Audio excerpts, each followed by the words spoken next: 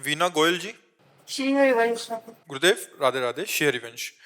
प्रभु, यदि साधक भगवत प्राप्ति करना चाहता है और पूर्व जन्मों के किसी अपराधवश कोई शारीरिक रोग भजन में बाधा आज हो हाँ तो उपाय। पहले इसका उत्तर ले लो। आज का सत्संग सुना? आज के सत्संग में था भगवान आपके वर्तमान के देखते हैं, पूर्व जीवन को नहीं देखते।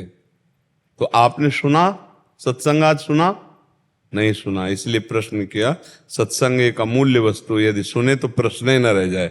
ध्यान दो, सत्संग में आज एक वचन था कि भगवान वर्तमान के जीवन को देखते हैं, पूर्व के जीवन में नहीं।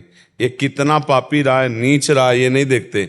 अभी मेरा भगत है, भजन कर रहा है, ये देखते। इसी से कल्याण हो जाता है। पूर्व के पाप तो भगवान के शरणागति से नष्ट हो जाते हैं। भगवान पूर्व को नहीं देखते, वर्तमान के संबंध को, वर्तमान के भजन को, वर्तमान के आचरण को देखते हैं। इसीलिए कोई भी भगवत प्राप्ति कर सकता है।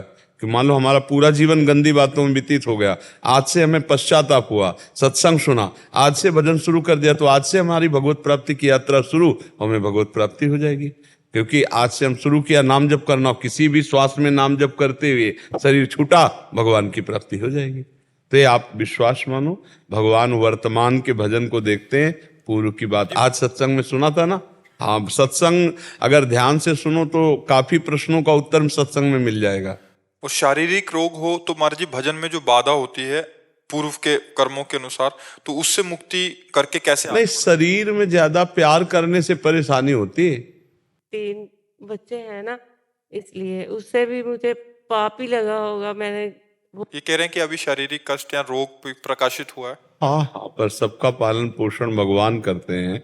मान लो जिनके माता पिता पधार जाते हैं तो उनकी संतानें ऐसा थोड़ी कि वो बड़ी नहीं होती, उनका पालन पोषण नहीं होता, वो फुटपाथ में आ जाते हैं, ऐसा नहीं। भगवान सबका यथा योग्य कर्म के अनुसार भरण पोषण करते हैं। जितना आपसे बन सके उतना कीजिए, नहीं आप देखिए अपने आप सब होगा। भगवान अपने आप पूरी सृष्टि का पालन पोषण कर रहे हैं। आपके तो 3 बच्चे हैं, भगवान के तो तीनों लोक के बच्चे हैं। सब तीनों लोक का पालन करने वाले स्वामी हैं। तो आप चिंता मत करो, नाम जप करो। और शरीर के दुख सुख तो भोगने पड़ते हैं। जो शरीर रचना के समय दुख सुख लिख गए ना, वो देखो बड़े बड़ों को भोगने पड़ते हैं। तो इसलिए उसकी तरफ से तो ज्यादा मतलब आसक्त ना हो कि हमारा शरीर स्वस्थ हो जाए फिर भजन करें, ऐसा नहीं है। अगर प्रारब्ध आ गया भोगने का तो भोगना ही पड़ेगा, बड़े बड़ों को भोगना पड़ता है। अगर मन में भगवान का भजन ना हो तो शरीर के कष्टों में इतना दम है कि जीव मृत्यु मांगने लगता है। तो हमें लगता है कि अगर नाम जप हमारा चलता रहा तो हम हर कष्ट सह जाएंगे। नाम जप नहीं चला तो फिर बड़ा कष्ट। संसार फिर यही तो भोग हैं, नाना प्रकार के रोग, नाना प्रकार की विपत्तियां, नाना प्रकार के संकट कष्ट देते हैं। इसलिए चिंता न करे, नाम जप करे, तो उसी से सहने की सामर्थ्य आ जाएगी और उसी से परिवार का भी वो सब पोषण करते हैं, सब व्यवस्था करते हैं। के कारण ये सब कुछ ना हो रहा हो। भ्रूण हत्या हुई हमारे द्वारा, तो कहीं इसी के कारण तो नहीं हो।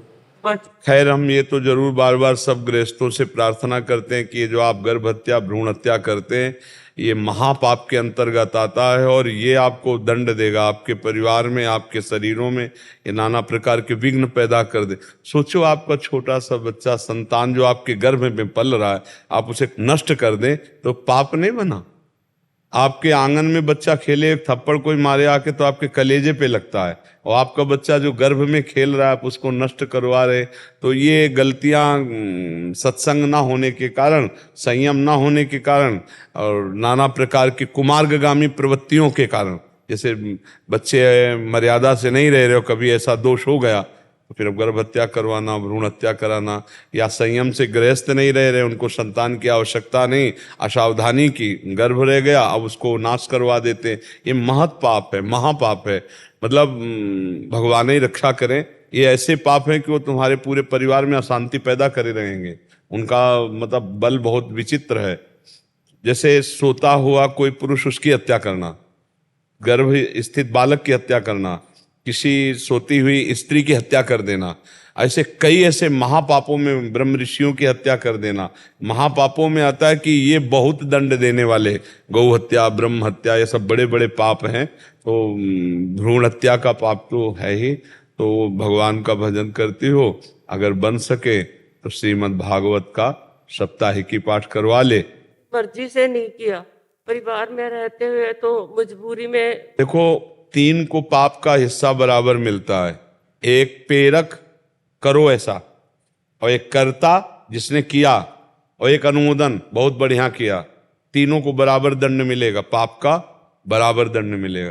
तो अब ऐसा नहीं है कि कोई हमको प्रेरित करे हम पाप कर्म करें। बहुत सावधानी रखना चाहिए। जीवन निष्पाप भी तो हो सकता है। मान लो आप गृहस्थ में हो तो ऐसी सावधानी रखो कि गर्भ ही ना हो, संयम से रहो। जब आपको बच्चा नहीं चाहिए तो संयम से रहो।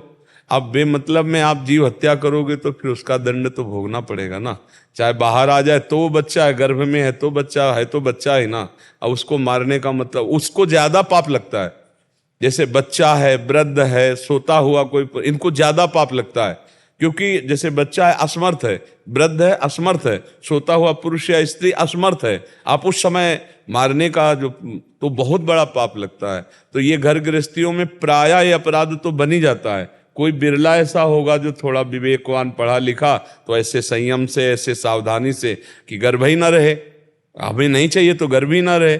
और अगर फिर रह गया तो भगवान की इच्छा से कोई आएगा, राष्ट्रभक्त आएगा, कोई समाज सेवक आएगा, चाहे बच्ची आए चाहे बच्चा आए, आने दो, क्या परेशानी। और जब ये है कि हमें नहीं चाहिए तो आपको सावधान रहना है। गृहस्थी में सावधान रहो। बहुत से ऐसे उपाय हैं जिनके द्वारा आप सुरक्षित रह सकते हैं, हत्या भी नहीं होगी और आपका गृहस्थ धर्म भी चलेगा। तो अब जो हो गया उसके लिए परेशान मत हो। आप अगर कोई श्रीमद् भागवत का ऐसा मिल जाए, उसको कुछ दक्षिणा दे के 7 दिन भागवत का घर में पाठ करवा लो संस्कृत से। ऐसा जो कोई ब्रह्म ऋषि ब्राह्मण हो, जो शास्त्रों का ज्ञाता हो, उससे करवा लीजिए। शुद्ध अगर पाठ हो जाए तो अपराध मोचन पक्का हो जाता है। पर ये हम कोई पद्धति नहीं बता रहे, हम कह रहे हैं भूल चूक से हो गई या मतलब उस समय ज्ञान नहीं था, तो उसके लिए प्रायश्चित है।